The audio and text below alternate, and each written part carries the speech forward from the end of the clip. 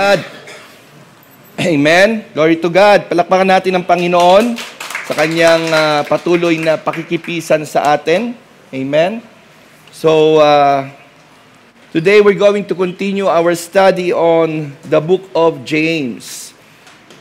Tulad ng ating, meron po tayong ibang kapatiran, or can I switch channel to Tagalog? Or TFC? TFC ba? Or GMA? So, blessed morning, mga kapatid. It's a joy to be in this place once again. It's quite a long time bago po ako nakarating muli sa dakong ito. Kailangan ba nasa gitna lang? Okay, so we're going to talk about in the book of James. We know that we always focus every book. Last time, our series was what? Ano yung title ng ating series? Wow, praise God. Yung gusto ko, naaalala nyo pa. Truth on Fire. Hindi nyo ba naman alala yung 3 buwan nating pinag-aralan yun, the book of Galatians, no? No, we really dig deep to that book. Now we are going to dig deep in the book of James. No, the book of James. Kung Tagalog po, hindi nyo makikita Jaime, Santiago po yan. So, mahirapan kayong hanapin yan. So, open your Bible in the book of James.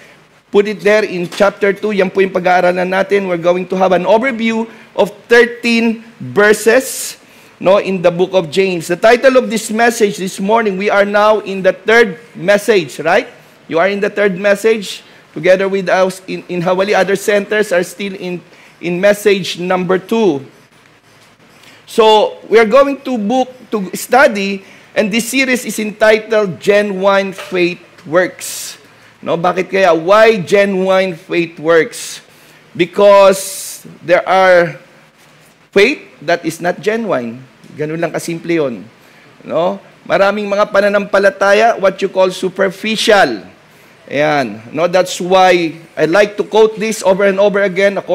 This is a quote from Skip Heitzig, and sabi niya, a faith that is not tested is a faith that cannot be trusted. Amen. A faith that cannot be tested is a faith that cannot be trusted.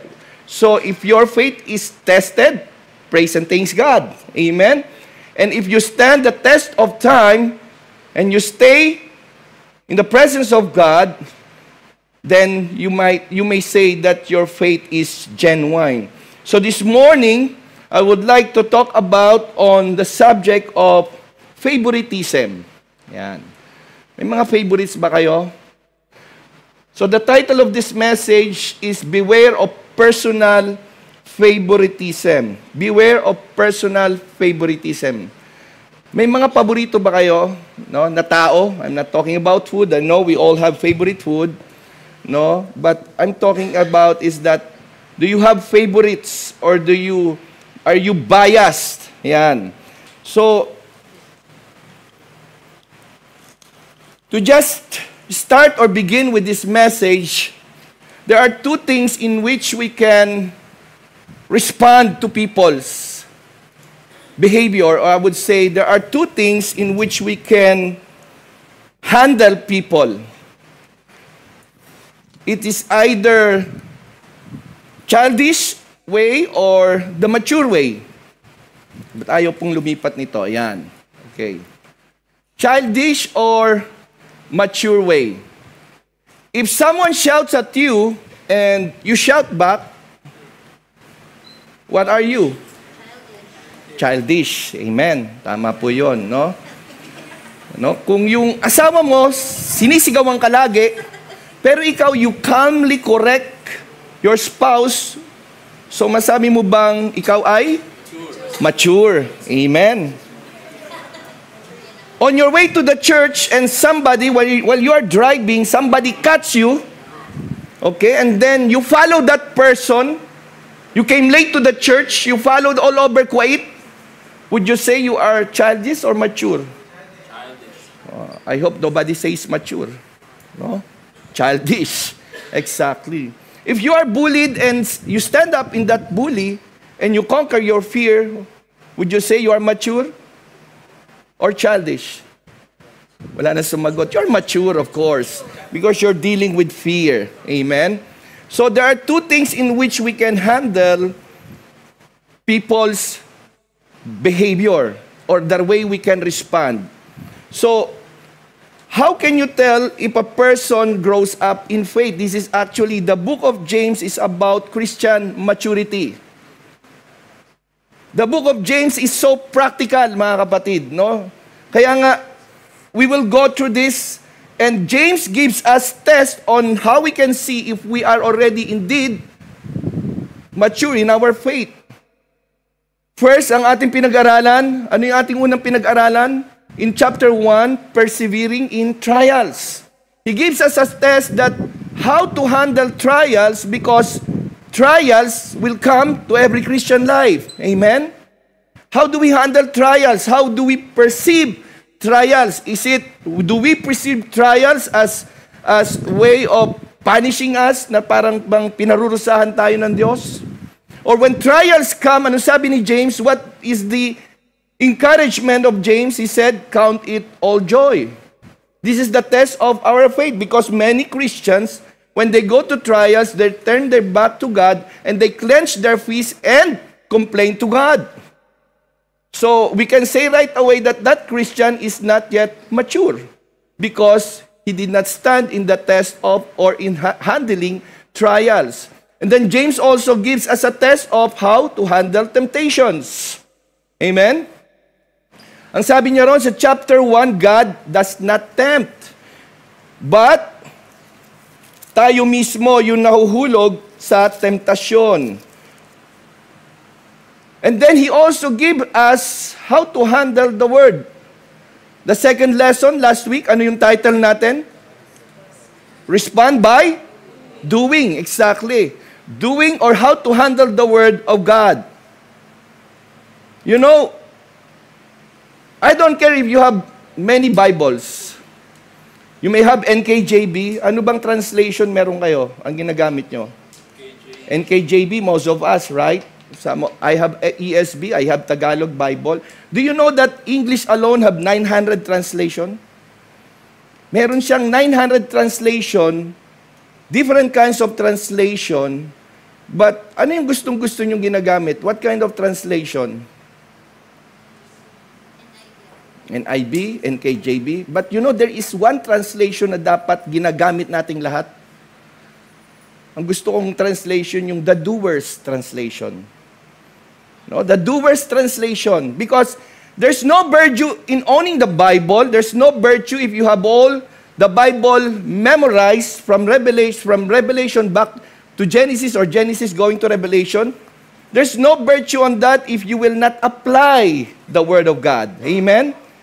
That's why many Christian knows the Bible, memorized verse. I'm not saying it's bad, it's good, but there's no virtue on it if you will not apply what it says. Amen? Kaya nga sabi ni James, be doers of the word, not hearers only. Exactly. Not hearers only, deceiving yourselves. And that's why we apply the Word of God, because the Word of God, if it will not be applied in our life, ang sabi niya ron, you are deceiving yourselves. And that's why I love the Doers Translation. Amen? That's why we read our Bible, we meditate on the Bible, and it doesn't stop here or stop there. We apply what it says. Amen? If you go to the doctor and the doctor gives you a prescription and said, inumin mo to, wag mong kainin to, pero hindi mo ginawa, do you think gagaling ka? Definitely not. You will be the same sick person. It's the same in handling God's Word. When the Word of God says, do not, it means do not do it. When God says give, means give. So again, we don't curb on the words. Pag sinabi ng Panginoon na kung saan, wag natin gawin ang bagay na ito, that's how rightly we handle the truth of God's Word. Amen? Hindi tayo lumilihis o hindi natin iniiwasan yung mga salitang tumatama sa atin. In fact, you know this.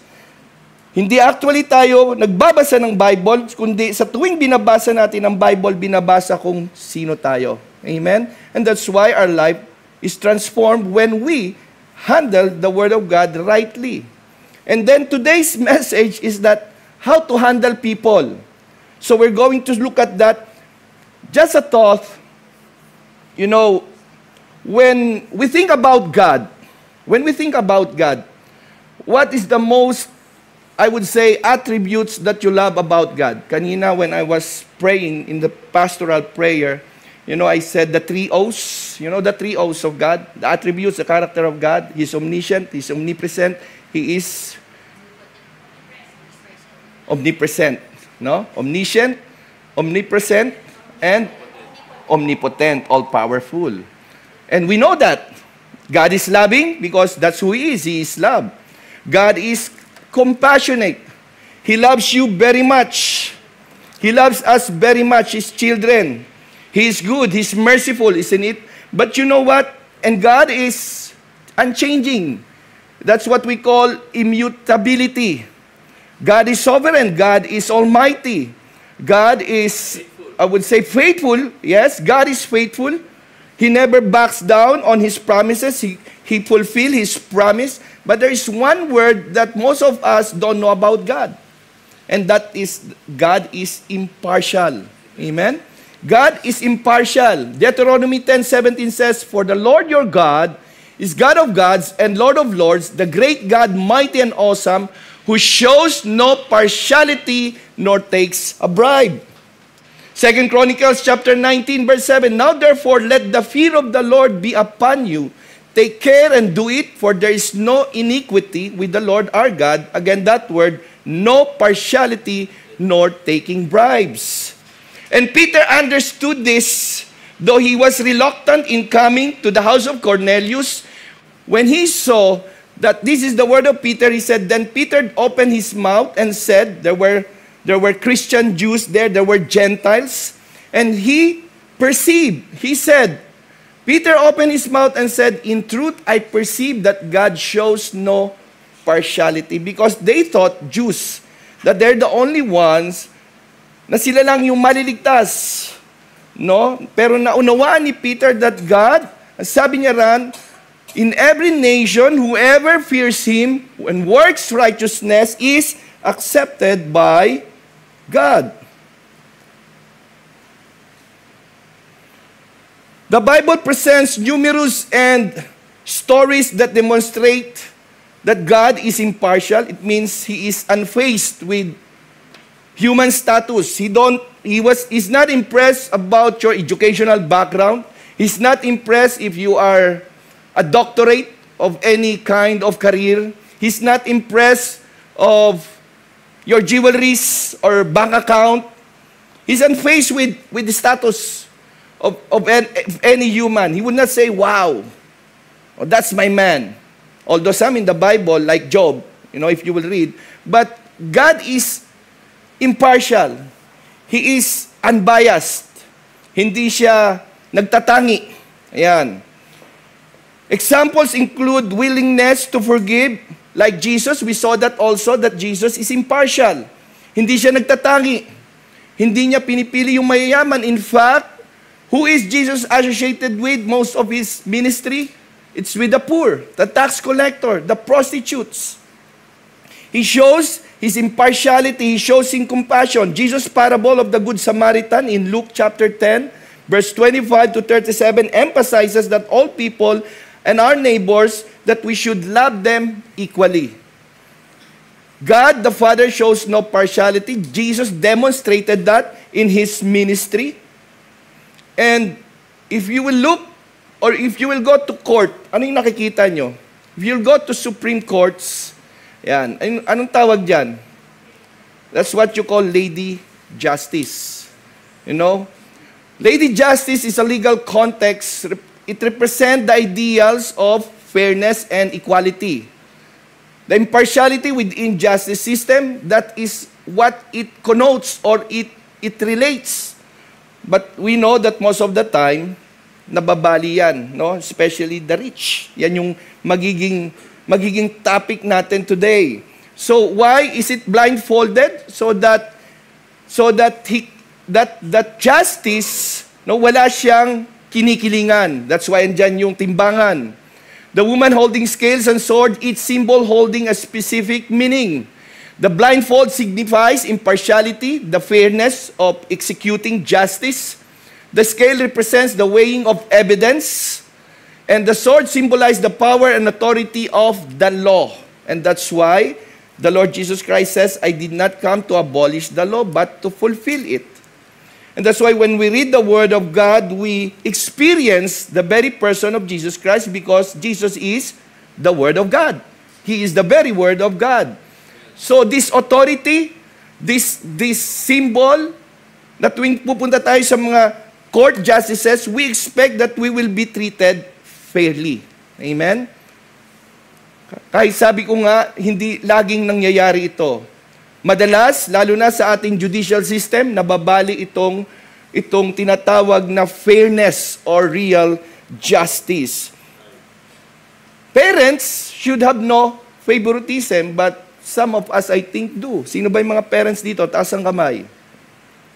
Yan, may mga paborito ba kayo? No, I hope wala, no? Dapat wala kayong paborito. You know, pero kung ikaw lang ang nag-iisang anak, lalo na isang lalaki ka lang sa family, I believe ikaw yung favorite son. No, walang choice ang mother mo eh. Kasi ikaw lang, nag-iisa ka lang eh. Ikaw na talaga ang paborito. In the Bible, why is favoritism, why is it not good? Bakit hindi magandang may favoritism even in the family? Favoritism, we know in the pages of Scripture, when you read about the life of Isaac and Rebekah, right? From the beginning in the Bible, alam natin na paborito ni Isaac si Esau. And then, Jacob was a favorite of her mom. No, because Esau was a hunter. No, gustong-gusto ni Isaac yon because Isaac is also, I would say, he is always outside in the field farming, taking care of the sheep. So his favorite is Esau. While Rebekah, of course, being a mother, a housewife, she loves Jacob. And the story doesn't stop there. We know the trouble in that family. Nakita na yun ni Jacob. And yet Jacob did not stop. He had 12 sons and his favorite was Joseph. Exactly. His favorite was Joseph because he has the clothes of many colors. And we know what happened. The main point of this is that God doesn't favor favoritism. Amen? It always brings people into chaos or into problem. And this is when we come to the topic that we are going to discuss this morning. This is in chapter 2 of James. Beware of personal favoritism. Let me read. Just read with me silently, my brother. Do not hold the faith of our Lord Jesus Christ, the Lord of glory, with partiality. That's the word, partiality. This is a warning. This is James cautions, warns the believer in that congregation, for if there should come into your assembly a man with gold rings in fine apparel, and there should also come in a poor man in filthy clothes, and you pay attention to the one wearing the fine clothes, and say to him, you sit here in a good place. And say to the poor man, you stand there or sit here at my footstool. Or pag sinasabi niya, umpo ka, yung mayaman, yung magandang damit, fashionable dress, I would say with many jewelry. Pag dumating sa isang katulad nito, pinaupo sa magandang upuan. But in the church, don't you notice that most of the time, the chair in front are vacant? Kahit na punong-puno na sa likod, magsisiksikan sa likod. O, gali naman Kristiyano yan. It's normal in every church. But here, James says, have you not shown partiality among yourselves and become judges with evil thoughts? Listen, sabi niya, my beloved brethren, has God not chosen the poor of this world to be rich in faith and heirs of the kingdom which He promised to those who love Him? But you have dishonored the poor man. Do not rich oppress you and drag you into courts? Kaya nga pinakita ko ron yung Lady Justice eh. Na kung sa most of the time, the rich gets the good lawyer and you get the pro bono lawyers cases. And what you expect? Laging nananalo yung mga sinasabi nating di kalidad na mga abogado. But this is the warning of James. Ang sabi niya, to continue, do they not blaspheme that noble name by which you are called? If you really fulfill the royal law, according to the scripture, you shall love your neighbor as yourself. Very familiar word. This is the word from Leviticus. This is the word of the Lord Jesus Christ in Matthew chapter 22. And he said, if you fulfill the royal law, you do well. But if you show partiality, you commit sin. So dito pa lang, pinapakita na, this is where we see that partiality pala is no small thing. Having favorites in your family is bad. Amen? Can you hear an amen? Let me repeat. Having favorites in your family is bad, but having favorites in the church is even worse. Kaya nagkakaroon, that's why divisions enter when there are favoritism in the church. Si pastor, iba talaga yung tinititigan sa tinitingnan. Narinig nyo na yan, di ba? That's why pag hindi ka favorites ng pastor, may favorite ba si Pastor Roy dito? Paboritong utusan. Paboritong utusan? No? Again, let me repeat that. Favorites in the family is bad, but having favorites in the church is even worse. You know why? This is innate in our fallen nature to have favorites. Whether you like it or not, whether you admit it or not, we are people of prejudice. We are prejudiced people. Ang ibig sabihin nun, we are judgmental. Hello? Tama po ba? We are all judgmental. Kahit aminin mo man, hindi. We are judgmental. Hindi naman, pastor, baka kayo lang. No. Lahat tayo, there's no excuse. All of us are judgmental. It's innate in us because of the sinful nature in us. And that's why if it's not true, James should have not written it. James should have not warned the believers. Let me tell you, he's not writing to unbelievers. James was writing to the scattered Christian. It means that this letter is for us. Amen? This letter is to warn us of being partial or having favorites. For he who said, do not commit adultery, also said, do not murder. Now, if you do not commit adultery, but you murder, you have become a transgressor of the law. So speak and so do as those who will be judged by the law of liberty.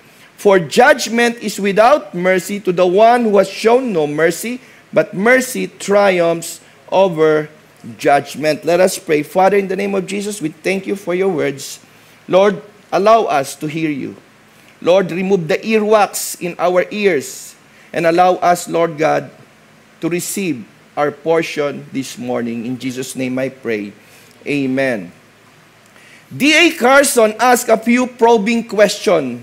Why is that we constantly parade Christian athletes, media personalities, pop singer? Why should we think that their opinions or their experiences of grace or their what you call testimonies of their life-changing experience with God, why we put them into pedestal, and why is your testimony and my testimony why are their testimony are far better than ours? Hindi ba pag nanonood tayo, don't you even recognize yourself sometimes? Hindi yung napapansin na pag merong Christian athletes like Tom Brady, Manny Pacquiao, when they testify about their life-changing experience, how they became born again, we're so much focused. Pero pag may napanood kayo siguro na pastor lang, nagpatotoo, they give their life testimony, and you just scroll back, hindi kilala yan. You know, hello, nagagawa nyo ba yan o ginagawa nyo? Ginagawa natin yan. No, we do that. We put celebrities, Christian celebrities on the pedestal, even in our own country. Uy, do you know that si Rica pala nasa Victory? Doon tayo. Si Piolo Pascual pala nasa Victory. Doon tayo. Hindi ba? Let's go there. Piolo Pascual is there. Christian celebrities, right? But we don't really look upon those that are normal people like you and me. Like yourself, for instance.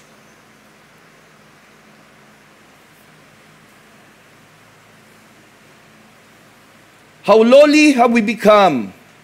We love to impress people with the importance of the men and women who have become Christians. Modern and Western evangelicalism is deeply infected with the triumph of, or the virus of triumphalism, and the resulting illness destroys humility, minimizes grace, and offers too much homage to the money and influence of these celebrities. Nothing wrong with admiring them, no? Kasi naman talaga, no? And I admire those celebrities that uses their influence to bring glory to God. Amen? And to bring sinners, lost sinners, to Christ. But when we exaggerate and put them into the pedestal, let me ask you, do they receive different grace of what grace we receive? It's the same, right? So why are we putting them on the pedestal? This is a question of D.A. Carson. It's not my question. And that is the reality that is happening in the church. Let me begin by saying that this must be a common problem in the days of the Apostle James, the Pastor James. It is the same problem in the church today. Kaya nga tayo nagkakaroon, that's why we have groups. Even in the church, we have groups. Even during all workers meeting, we are in the same groups. Right? Hello? That's the reality. And that's why I'm saying, whether you admit it or not, we are judgmental. Kaya look at your neighbor and said, don't be judgmental. In the congregation in which James is addressing, because otherwise, he would have not addressed it or write about it. All of that to say is that people, we are partial. We have favoritism. We want the same people who have the same likes that we do. We don't want to be associated with weird Christians, with Christians who always have tantrums. Hello? Di ba? Ngayon pa lang nagsisinking na sa inyo, no? I now, even right now, while listening to this message, you are already thinking of those people na you don't like to be associated, even if they're Christian, even if they are in the church. You don't like annoying Christians, right? We don't like annoying Christian. That's prove our partiality. We put others into pedestal while others we treat lowly, higher or lower than other people, and we do that on superficial things like the way they wear their clothes, their looks, their status, as I said, like those Christian celebrities. Our drive to place Christian celebrities on a pedestal is nothing less than partiality that James decries in the 2nd chapter of this book. Our preferential treatment of those that we believe can benefit our cause is opposed to the cross-centered faith that Christ is preaching. James chapter 2 verse 1 to 13, we are told not to show preferential treatment. This is no minor exhortation. It's the heart of the gospel. Remember the word of the Lord to Samuel. What is the word of the Lord to Samuel, Prophet Samuel? God does not look at the outward appearance, but God looks at the heart. We only focus on the second part, actually. Don't you notice? God looks at the heart. We know that. But we never focus on the first, which is the same truth on this verse. What was the first word? That man look at the outward appearance. That's who we are. And that's why James caution, or we will go now to these 4 things that we're going to study. I'm just in the, again, Introduction, alam na alam nyo, no? Kasi miss ko kayo eh. I love to stay long with you. So I'm just starting. So in chapter 2, James uses an analytical argument to motivate us, to caution us not to practice partiality, not to be prejudiced, not to be biased. First, his admonition. When you say admonition, it's a loving warning. No? That's why he said, my dear brethren. And then he illustrates, he shows them the person who shows partiality or favoritism. And then he explained why this is dangerous. Why showing partiality is no good. And then he points to verse 12 to 13 to the application. So let's go right away. Let's dig deep on this. First is his admonition. We see the admonition in James chapter 2 verse 1 when it says, my brothers, show no partiality as you hold the faith in our Lord Jesus Christ, the Lord of glory. We are saved sinner, aren't we? Amen? Lahat tayo. No, we all receive the grace of God. We are saved because of our faith. We are all called to serve Jesus Christ. And let's focus on who He is. Sabi niya dyan, He is the glorious Lord Jesus Christ. In light of who we are and who He is, we're to admonish shows no partiality. This is in the present tense, which means we're to stop showing partiality to anyone. It literally means to accept the face. Ayan. To accept the face. Tanggapin natin kahit na hindi pareho ang gusto natin, even though we have different preferences, but we should accept them because they are our brothers and sisters. Even at times they are annoying. They are really annoying Christians. It's unavoidable. Okay? There are really very timid Christians. We have different behavior. Amen? But what James is saying is that accept them.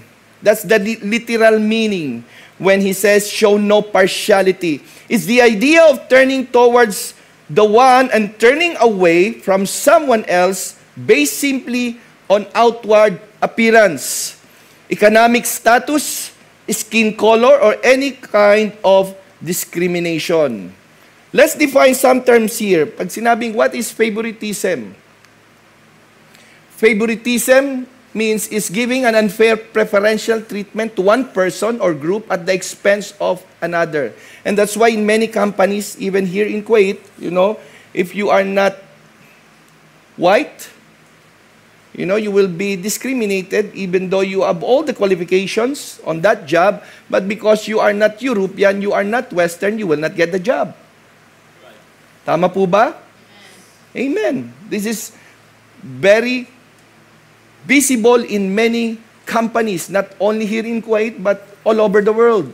Discrimination is the practice of treating one person or group of people less fairly than other people or groups. Remember our EGR?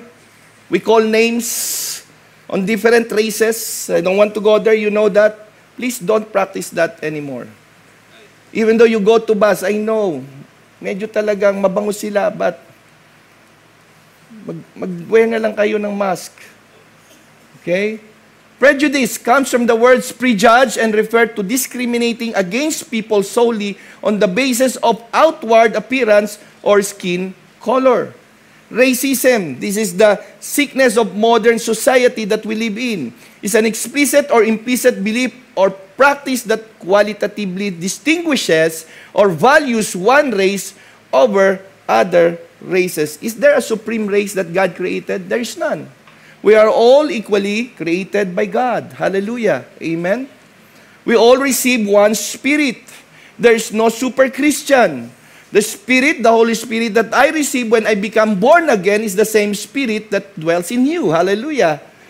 Paul says in 1 Corinthians 3 that he says that all believers are indwelled by the Holy Spirit. Hindi niya sinabing the pastors, the evangelists, nasa kanila ang super Holy Spirit. No, we are given one Spirit. We are given to drink one Spirit because we have one God and one Lord, which is the Lord Jesus Christ. Can I hear an amen?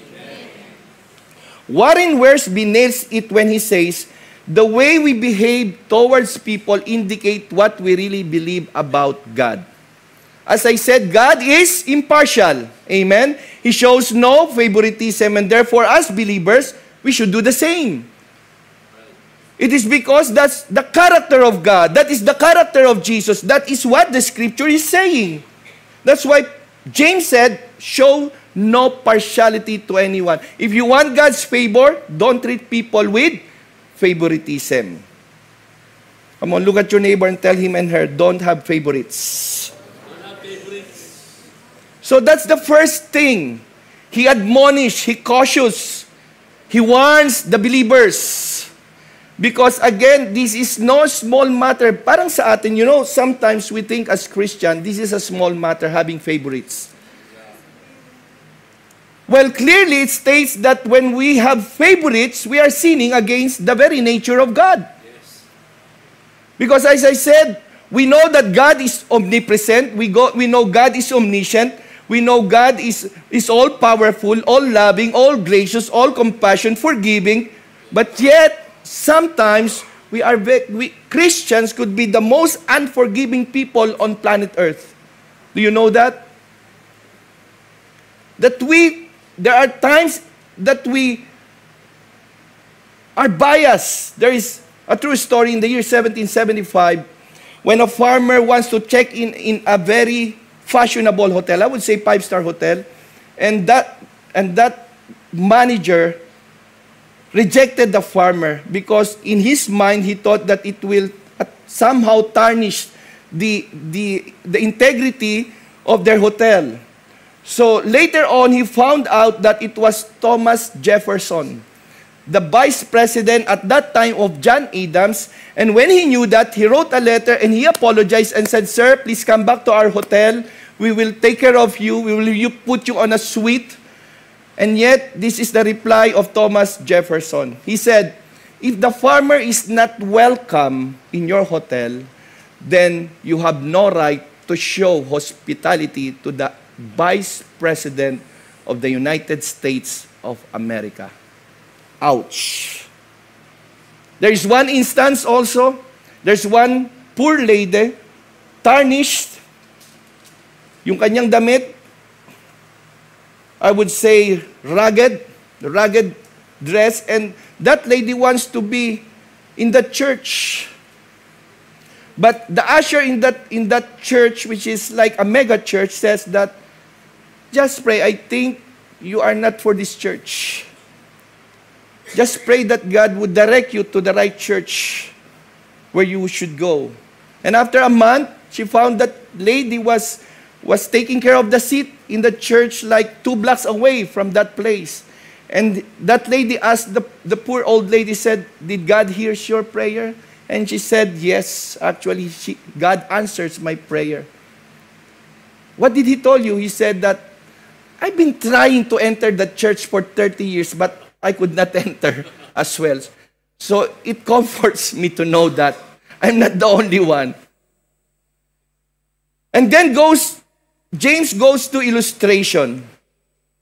As good as a preacher and a pastor as James, after admonishing us not to show partiality, James then give a vivid illustration. Look at verse 2. He said, "For if a man wearing a gold ring and fine clothing comes into your assembly, and a poor man in shabby clothing also comes in."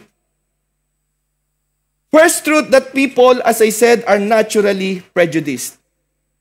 Amen? Guru, maybe if someone will come here with smelly clothes, ragged clothes, papasukin ba ng ating usher? Sino ba ang ating mga usher? No? Will we greet them with the smile or with the grin? And shall we look them down, from down to up and up to down? Hello? It might come, it might happen, right? Second truth is that favoritism is foolish logically. This is what's the question. James asked first, in this chapter, he says that this question, ang sabi niya rito, no?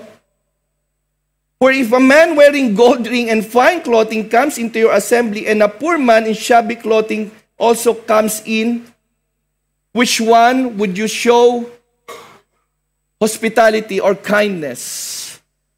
James is saying that favoritism is foolish because it goes against the very nature of God himself. James points out, given a choice, on the next verse, this question, we prone to show partiality to the man with sporting some jewelry.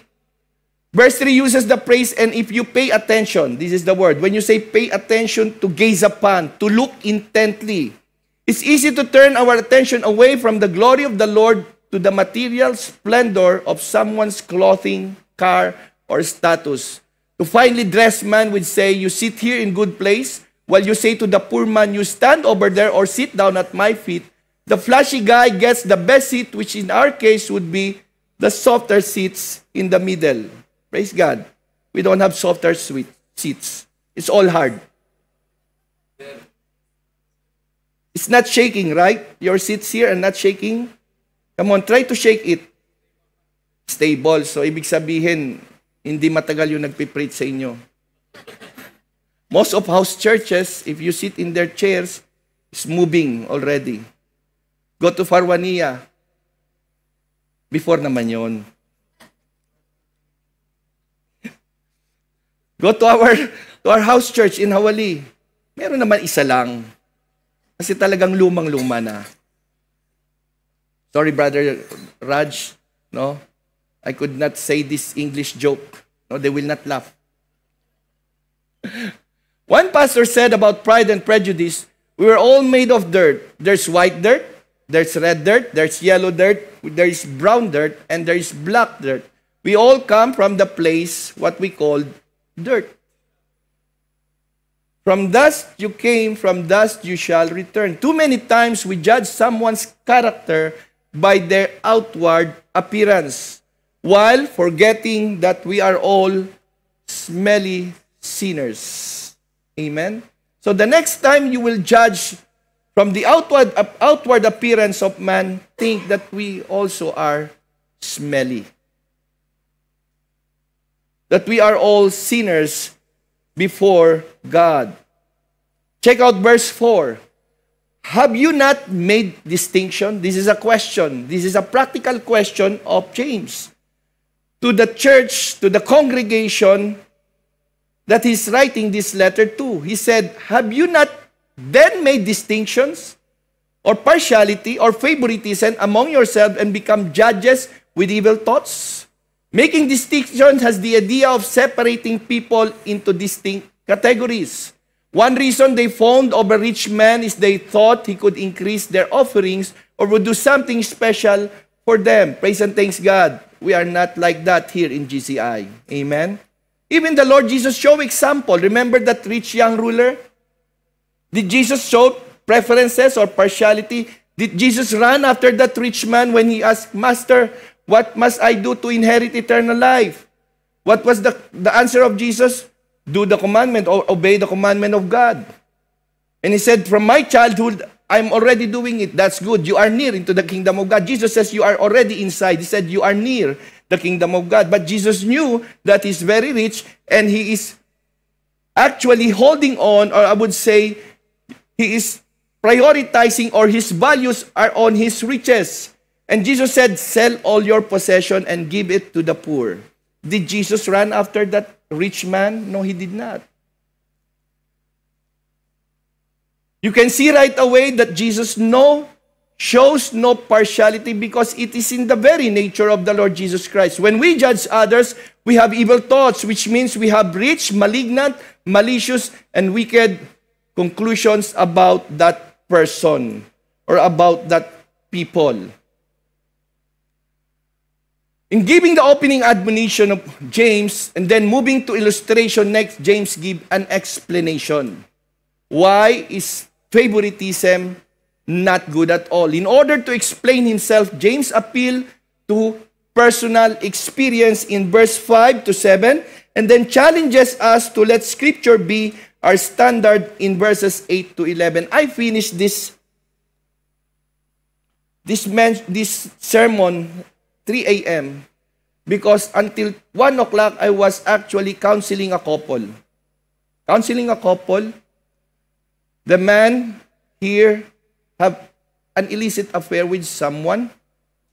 Her wife, not knowingly, came to quiet by surprise. And the wife found out that the woman they have a newborn child which is 21 days from last night.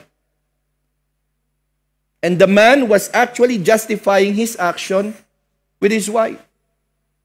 He said, we've been married for so long, we haven't had kids. So, he uses and quote Abraham and Isaac. And I said, bro, whatever justification you're doing, you sin against God. You know it's wrong. And there are many Christians who can pave their way on the Scripture, curbing their way. And I said, whatever justification you're doing, you need to admit that it is against the Word of God, what you did. Even though you would say that you want to have a child, but you know it's not from your wife. Sometimes, many Christians read the Word of God, is convicted by the Word of God, and yet, that's why I'm saying, there's no virtue having a Bible in many translations, reading the Bible, but if you will not apply what it says, it's of no use. Right? It will not transform you. You will only fall into sin. And that's why James continues to explain that favoritism is not a minor issue in the church. It is a big issue. It's a sin. Verse 5, we see another affectionate appeal of James. Listen, he said, my beloved brothers. The word listen is an argument or urgent request and is translated as to hearken and hear. Many times when the Lord Jesus Christ preached, what did he say? Those who have ear, let them hear. Why? Because faith cometh by hearing, and by hearing the word of Christ. Amen? Exhibiting earnestness and animated exhortation. Just like that story that I'm telling you, there are times Christians get away with the word of God. But really not. Can you really get away with the word of God? We cannot.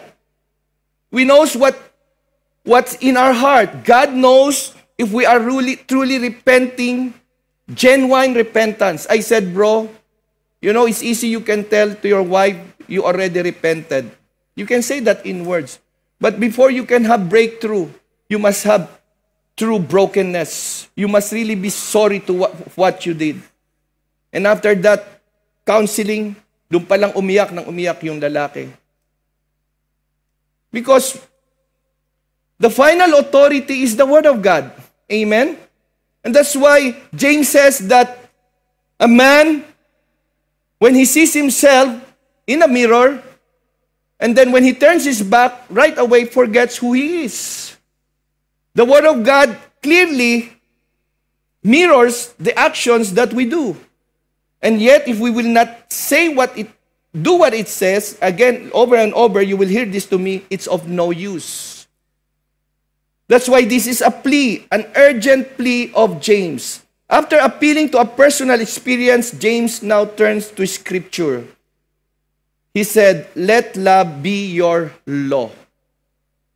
James asked 4 lively questions to get us to see the contradiction that resides within us. Each question, of course, expects an affirmative answer. He said, does not God chosen the poor in the world to be rich in faith and heirs of the kingdom, which He has promised to those who love Him? Of course, the answer is yes.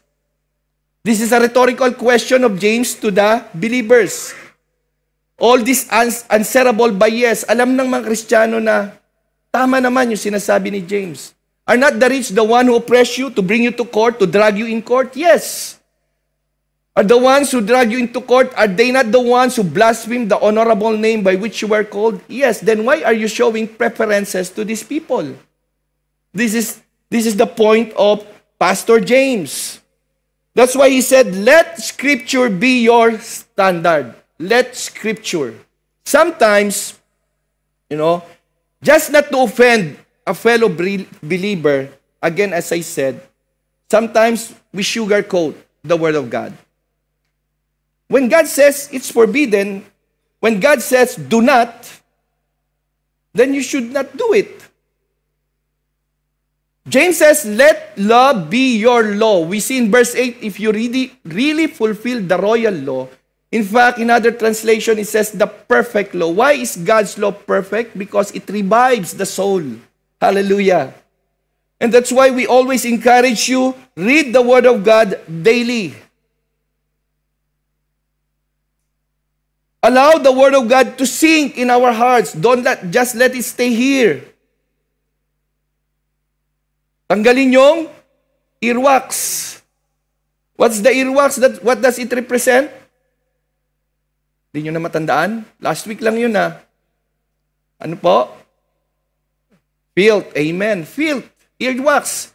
Nakakadiri naman talagang tutuli, hindi ba?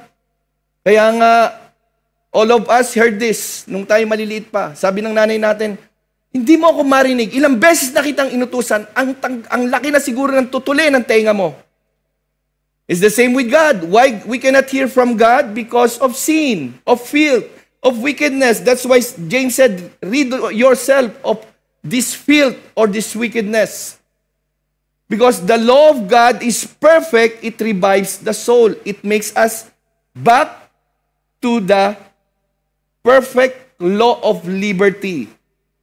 This is a quote from Leviticus chapter 19, verse 18, which also was referred by our glorious Jesus Christ in Matthew 22:39. The reason this is called the royal law is because Jesus reinforced it in His life.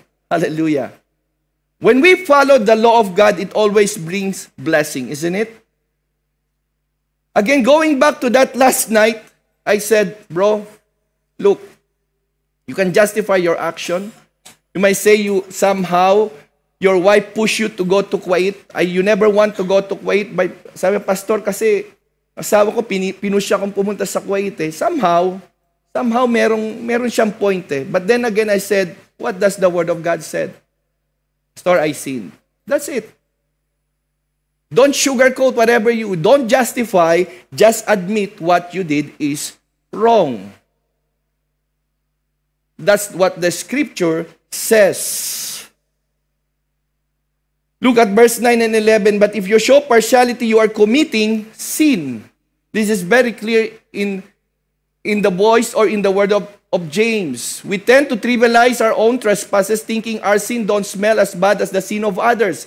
Some of us excuse our judgmental hearts, thinking it's not a big deal or it's no big deal. I wonder if we secretly congratulate ourselves for not committing certain big sins while shrugging off our little sins. It's easy to think because we keep most of God's commands, it's okay to violate a few small ones, just like this. Pastor, hindi naman yan. Normal lang. Lahat may paborito. It's okay to have favorites. No, it's not. Over and over again, James is telling us there should be no favoritism among you. There should be no partiality among you. But actually, to break one link, the chain is to break the whole chain. Kaya nga sabi niya sa verse 10, if you follow, or whoever shall keep the whole law, and yet stumble in one, is guilty of all. Because, why? Because God's law is connected to each one of its law. It's not interconnected. It's like a chain. When you remove one chain, the chain get loose, right? It's no longer one. That's why this is what James is trying to convey to his readers. What's the harm in ignoring people we think are different from us, or strange, or weird, as I said? Some of us look down on people from other races or countries while denying we are racist. Or maybe we separate people according to gender or generation, vocation or location, or popularity. According to recent Gallup study, for the first time in more than 2 decades, more people are saying race is the most pressing issue facing every country. That's true. It's everywhere. It's like a virus. No? We just think that it's in the Western, black is being segregated or discriminated. No, it's not only in the Western. Even here. Even in your own country, in our own country. Isn't it? When it's about the politician, when they sabi natin magnakaw, no? When they, ano ba sa Tagalog, English yung magnakaw? No? When they steal, yan, thank you. When they steal millions, you see here where's the racism and discrimination? When our politicians steal millions, okay, hear this, it's a business. They don't go to jail. Right? Tama po ba? You go through our country. Alam na, we know this in our country. In India, it's the same. When the politicians steal millions of dollars, millions of pesos, millions of rupees, it's a business. That's why they get richer and richer. But when the poor steal 1 rupee or 1 peso, it's a crime. And they go to jail for that. Isn't that discrimination? Isn't that racism? It's racism. Pure and simple. It's discrimination. Pure and simple. And that's why we focus more on the Western world while not seeing it's rampant in our own country. And the sad thing is that it's also rampant in the church today. That's why we are studying it. Because James is cautioning us not to be partial. Don't miss how repugnant partiality it is to the Almighty. Discrimination is not just ill-advised or inconsiderate, or this is not just a bad etiquette. This is a sin. In verse 9 and 10, partiality is a perversion of justice. And is referred to as S-I-N, sin. And those who do it are, what did James call? They are transgressor. They are as much guilty breaking the entire law of God. Racism is not just a social problem in our world. It's a sin problem within. It's a sin problem within. And lastly, the application. After admonishing, illustrating, and explaining, James moves to applying in verse 12 and 13. So he said, so speak, and so do as those who will be judged by the law of liberty. Most of the time, we think of law as set of rules, right? You know, we think that they are restricting our happiness or our freedom. Just like the Bible, there are so many thou shall not. Actually, if you read in Exodus, there are 8 negatives. 8. Only 2 positive.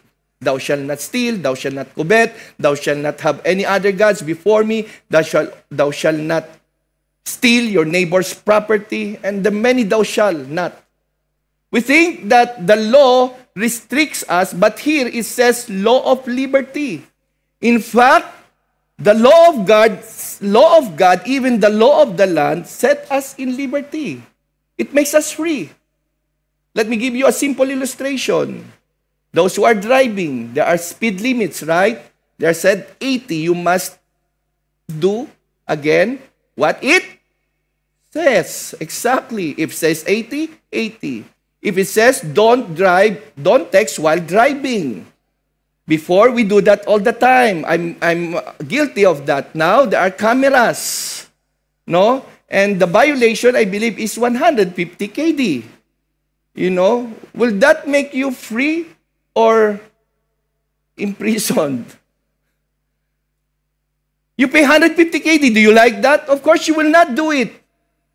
It doesn't restrict you, but it saves you. Amen? Now, in our country, this is what you call NCAP. You know, and there, in social media, there are so many, those who ride bikes, you know, they said they are restricting our income. I'm no longer getting at 2,000 pesos a day because of this NCAP. You know what does NCAP means? They can no longer go from one lane to another. No, they have to stay in their motorcycle lane. And they saying that this is very hard for them. Is it really restricting them to get a less profit on their jobs? Well, somehow yes, but it's saving many lives in our country. What is the most causes of accident in our country are the kamote drivers. You call that kamote drivers. In English, potato riders. There's so many accidents caused by motorcycle. Not wearing helmet, okay? Cutting from one lane to another. That is just like their father owns the whole of the Philippines or the streets, just like here in Kuwait. It causes many accidents. It's not actually setting them or restricting them or imprisoning them, but it's showing freedom, or what we call freedom of law, or what you call law of liberty. It's the same thing. For judgment, then James follows it in verse 13, for judgment is without mercy to the one who has shown no mercy. And that's why, again, many times you will read in the Bible here, even right now, that we should show mercy, compassion. On the Sermon of the Mount, Jesus said, blessed are the merciful, for they will be shown mercy. Racism, again, I will repeat, is not just a social problem in our world, it's a sin problem within. To continue his argument, James is anticipating someone saying they have never committed the terrible sin of adultery. If we keep the 9 commandments and break one, we are guilty as a lawbreaker. It's very clear here in verse 10. I heard about a bishop who went to a cruise. Alam niyo yung cruise liner. Hello, meron dito, gagagaling lang sa cruise. Dito ba si Sister Ophel? Ayan, in the cruise ship, this bishop, he has gold, and he called on the innkeeper and said, please, take care of my jewelries, because I didn't know that it's a sharing cabin. He have someone in a cabin. This is a bishop. This is a priest. It's not a pastor, it's a priest. Sa Christian, laging kawawang priest, sa kwento, laging bidang pastor eh. So, sabi niya, sir, why? No, I don't trust my cabin mate.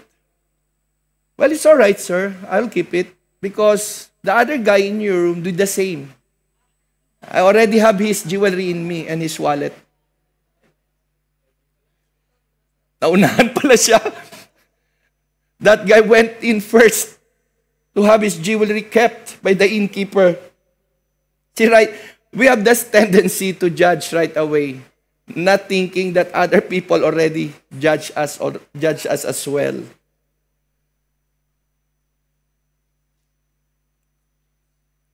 Let's come on the praise law of liberty. When we look at the law, these things should happen. We see we are sinners who have broken God's law, right? That's why when we read the Bible, God puts in our heart and we see who we are, really. We flee to the cross of Christ so we can be forgiven. We ask forgiveness from the Lord Jesus Christ. We are free because we've been pardoned and set at liberty at the cost of Christ's life on the cross. True freedom is freedom to obey God and to do what pleases Him. It's not about restricting us from not doing this or not doing that. The law of God, the commandments of God are perfect. That's why the psalmist says, the law of God is perfect, reviving the soul. We need to watch what we say and what we do because we will be judged accordingly. Jesus said it like this in Matthew chapter 7 verse 2, for with the judgment you pronounce, you will be judged, and with the measure you use, it will be measured back to you. So let us be careful when we judge other people. James then said, make mercy your message. Make mercy your message. This passage ends with a message of mercy in the last part of verse 13 when James says, mercy triumphs over judgment. If it's not God's mercy, actually we all should go to hell. But because of His mercy and grace, He saved us. Amen? Hallelujah. We are all to be judged by our sins because no one is righteous before God. No, not one. According to the scripture, we all fallen short of His glory. Mercy is the aspect of God's character that causes Him to minister to the miserable. It's a strong word in Hebrew which means to feel something deeply in the gut. That's why in the ministry of Jesus Christ, again as I said, who is Jesus associated with? The poor, right? He don't go to the palace. He don't go to King Herod or to the king in his time. He goes to those who are miserable, those who are broken, those who are poor, those who are outcasts by the society, the tax collector, the prostitutes. Jesus is with them because Jesus feels their need of a Savior, need of a shepherd. Jesus said like this in Matthew 5:7. I quoted this already. Blessed are the merciful, for they shall receive mercy. When we are merciful, when we receive mercy, therefore we are supposed to be merciful as well.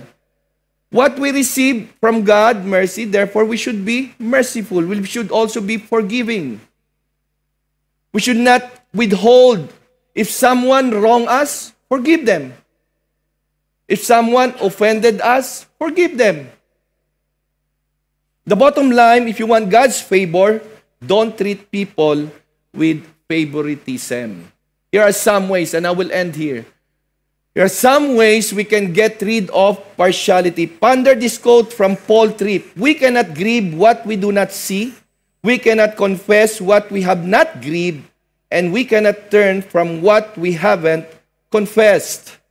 Let's own our pride, our partiality, and our prejudices. See, sin is in your heart.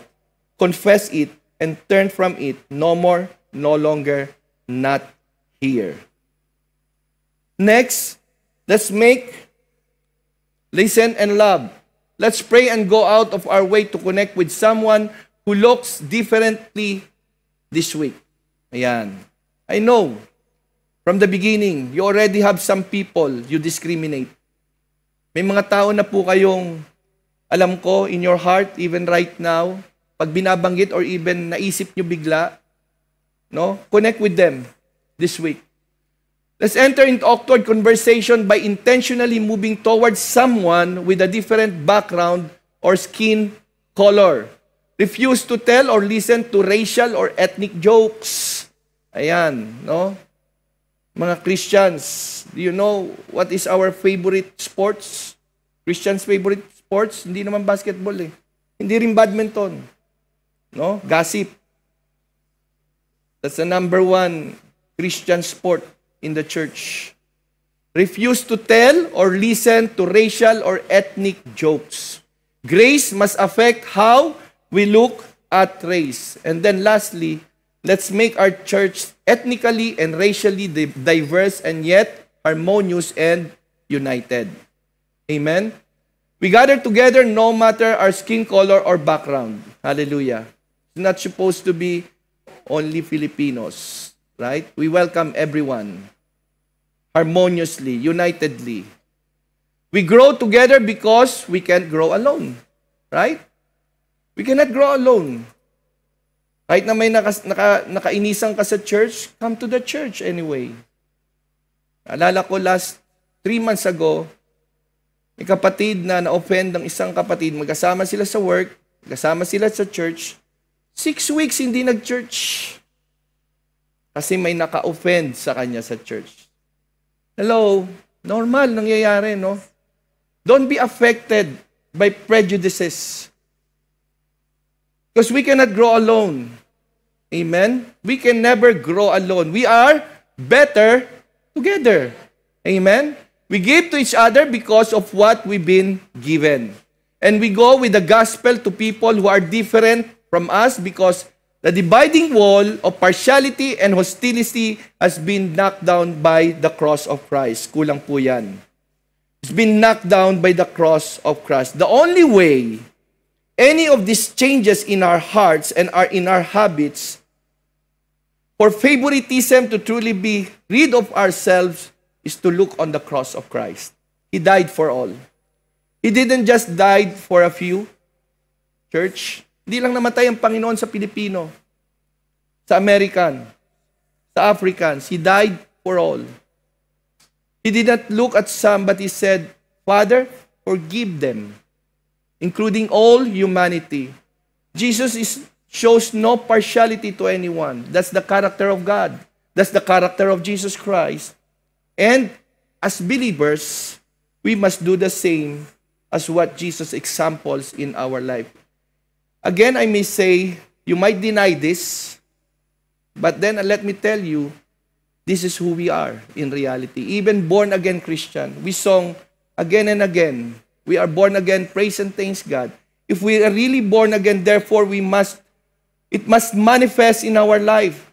The very character of God who is unfazed with status, unfazed with skin color, unfazed with any behaviors.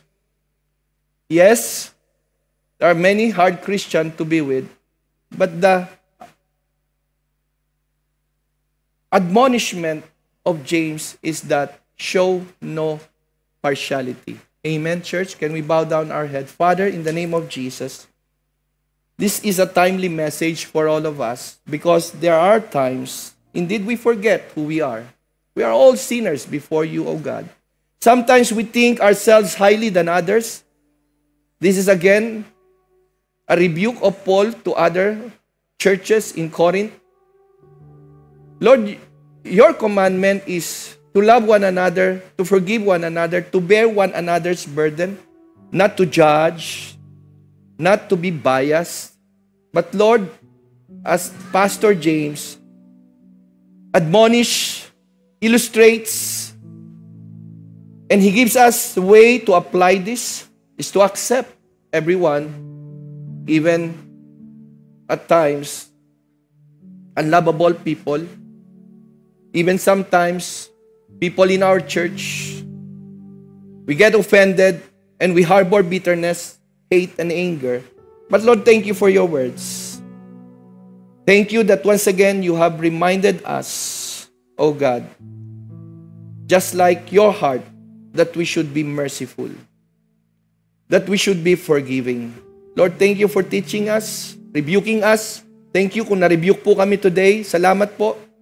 And then again, I pray that we will not only hear this, Lord, but we should engage to apply this. I know, Lord, may mga tao po kami. There are people whom we hurt.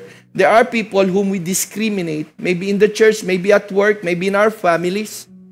Lord, Holy Spirit, show it to us and help us, give us the courage to do what is right, to approach them. If possible, to say sorry or to ask forgiveness, help us to do it. Because if your conviction, if we will not abide or obey, Lord, then we are just deceiving ourselves.